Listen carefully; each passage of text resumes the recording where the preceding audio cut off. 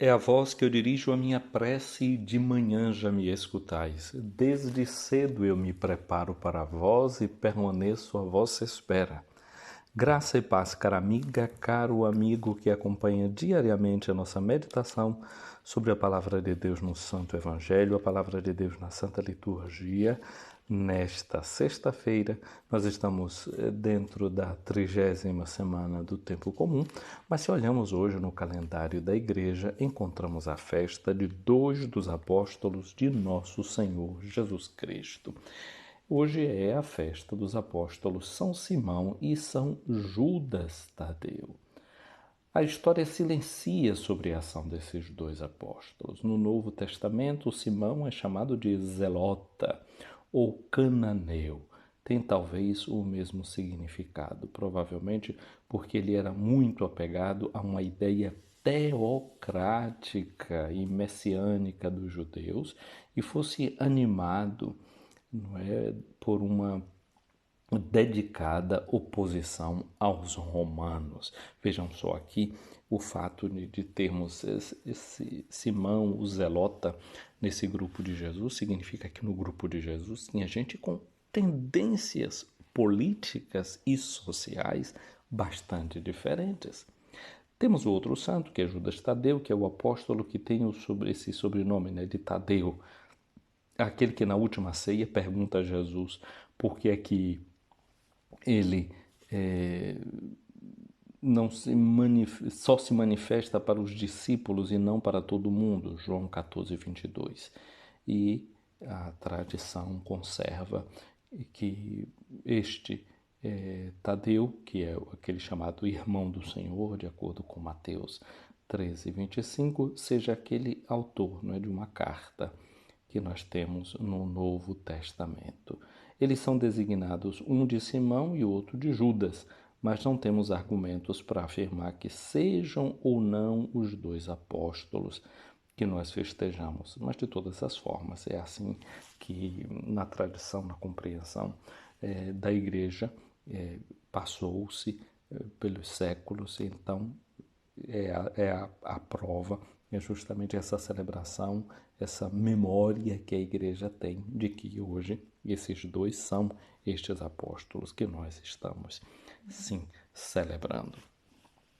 Olha, para o dia de hoje, a liturgia nos oferece uma passagem que é retirada do evangelista Lucas, o Evangelho de Lucas, no capítulo 6, versículos de 12 a 19, é o texto que a liturgia nos oferece no dia de hoje.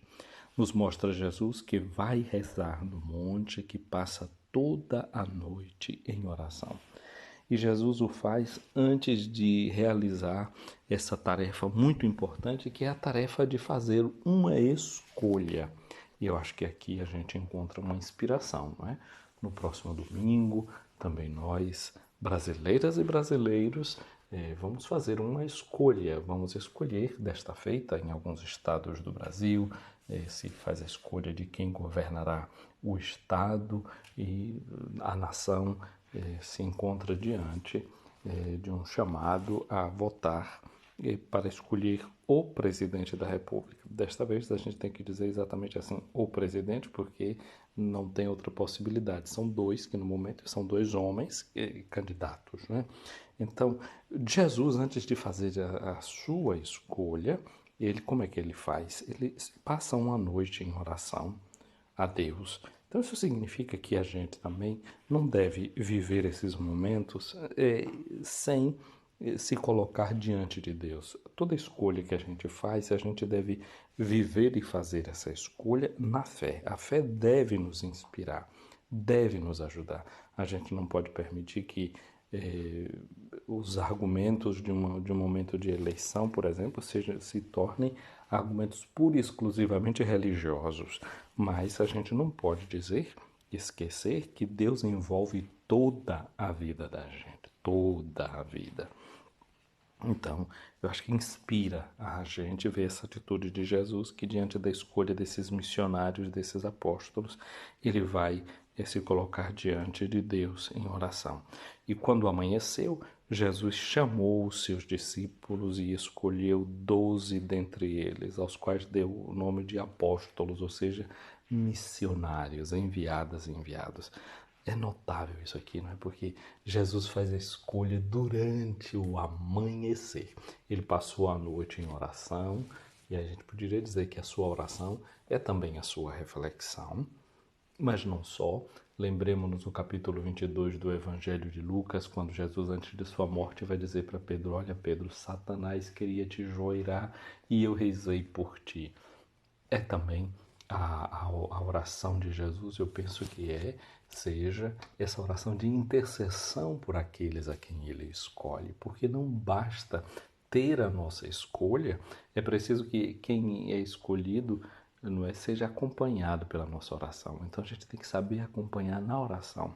Pensemos nas nossas comunidades que têm líderes à sua frente, catequistas, animadores de comunidades, padres, bispos, todas essas pessoas que vivem o seu ministério, não é, como enviados de Cristo no meio da comunidade, devem ser acompanhados por essa oração nossa, como são acompanhados por essa oração de Jesus.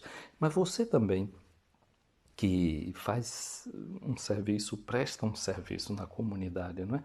Na missão, um missionário. Todo cristão é um missionário, é chamado a ser missionário. Então a gente está diante desse fato de que Jesus reza por nós.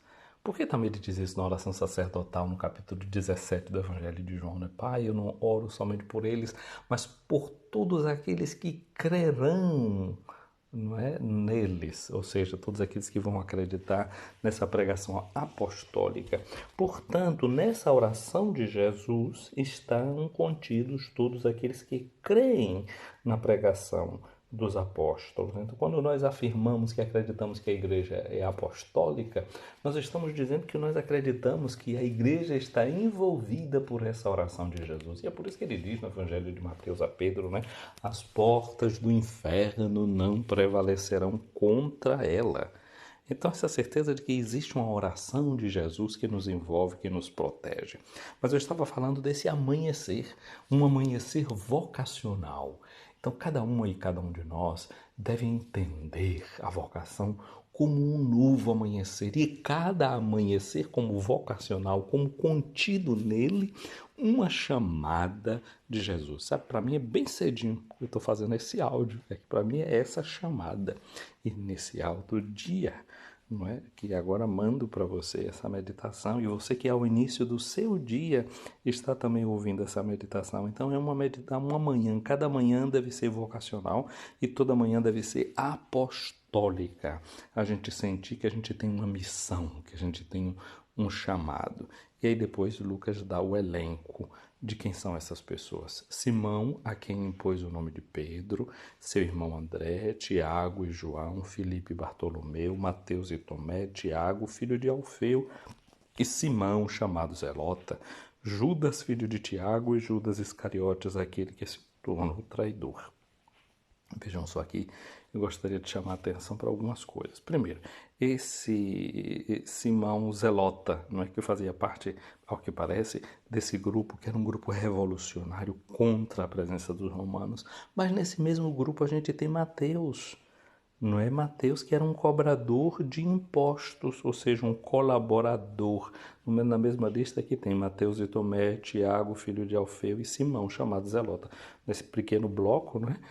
Começa com Mateus e termina com Simão. Quer dizer, dois opositores, duas pessoas que na vida, na prática, estavam em campos ideológicos diferentes, mas que Jesus chama para compor a sua igreja. Vocês estão vendo como a igreja é católica, como ela é comunhão, como ela comporta as diferenças dentro dela, e que a unidade deve ser feita com base na diferença, porque a vida é feita também dessa forma.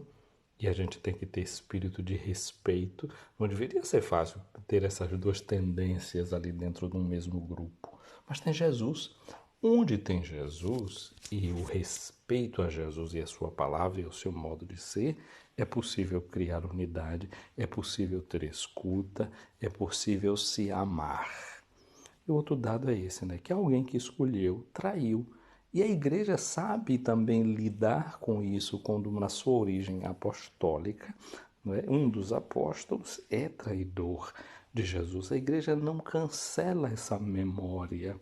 A igreja não cancela esse acontecimento, mas deixa aqui como alerta para mim e para você de que a gente corre sempre esse risco de não ser fiel. Aí Jesus desceu da montanha com eles, parou num lugar plano. Ali estavam muitos dos seus discípulos, grande multidão de gente de toda a Judéia, de Jerusalém, do litoral de Tiro e Sidônia. Eles vieram para ouvir Jesus. Eles vieram para ser curados de suas doenças, e aqueles que estavam atormentados por maus espíritos foram curados, e a multidão toda procurava tocar em Jesus, porque uma força saía dele e curava a todos. Nesse dia, minha amiga, meu amigo, nós queremos também pedir que saia de Jesus, não é essa força que nos cura, ou melhor, que nós nos abramos para esta força que cura a todos. Não só alguns, todos nós podemos ser curados por essa força que vem de Jesus, por essa força que vem do seu Evangelho. Hoje é sexta-feira. Sexta-feira nos faz pensar nesse sangue de Jesus que tem essa força de nos curar e de nos transformar. Pela intercessão de São Judas Tadeu, o Senhor nos abençoe. Ouvi, Senhor, a minha oração, chegue a vós o meu clamor. Minha amiga, meu amigo, o Senhor esteja acima de ti para te proteger, à tua frente para te guiar, atrás de ti para te defender, do teu lado para te acompanhar, dentro de ti para te abençoar. Que a benção de Deus Todo-Poderoso, Pai, Filho e Espírito Santo, desça sobre ti, minha amiga, meu amigo, permaneça para sempre. Amém.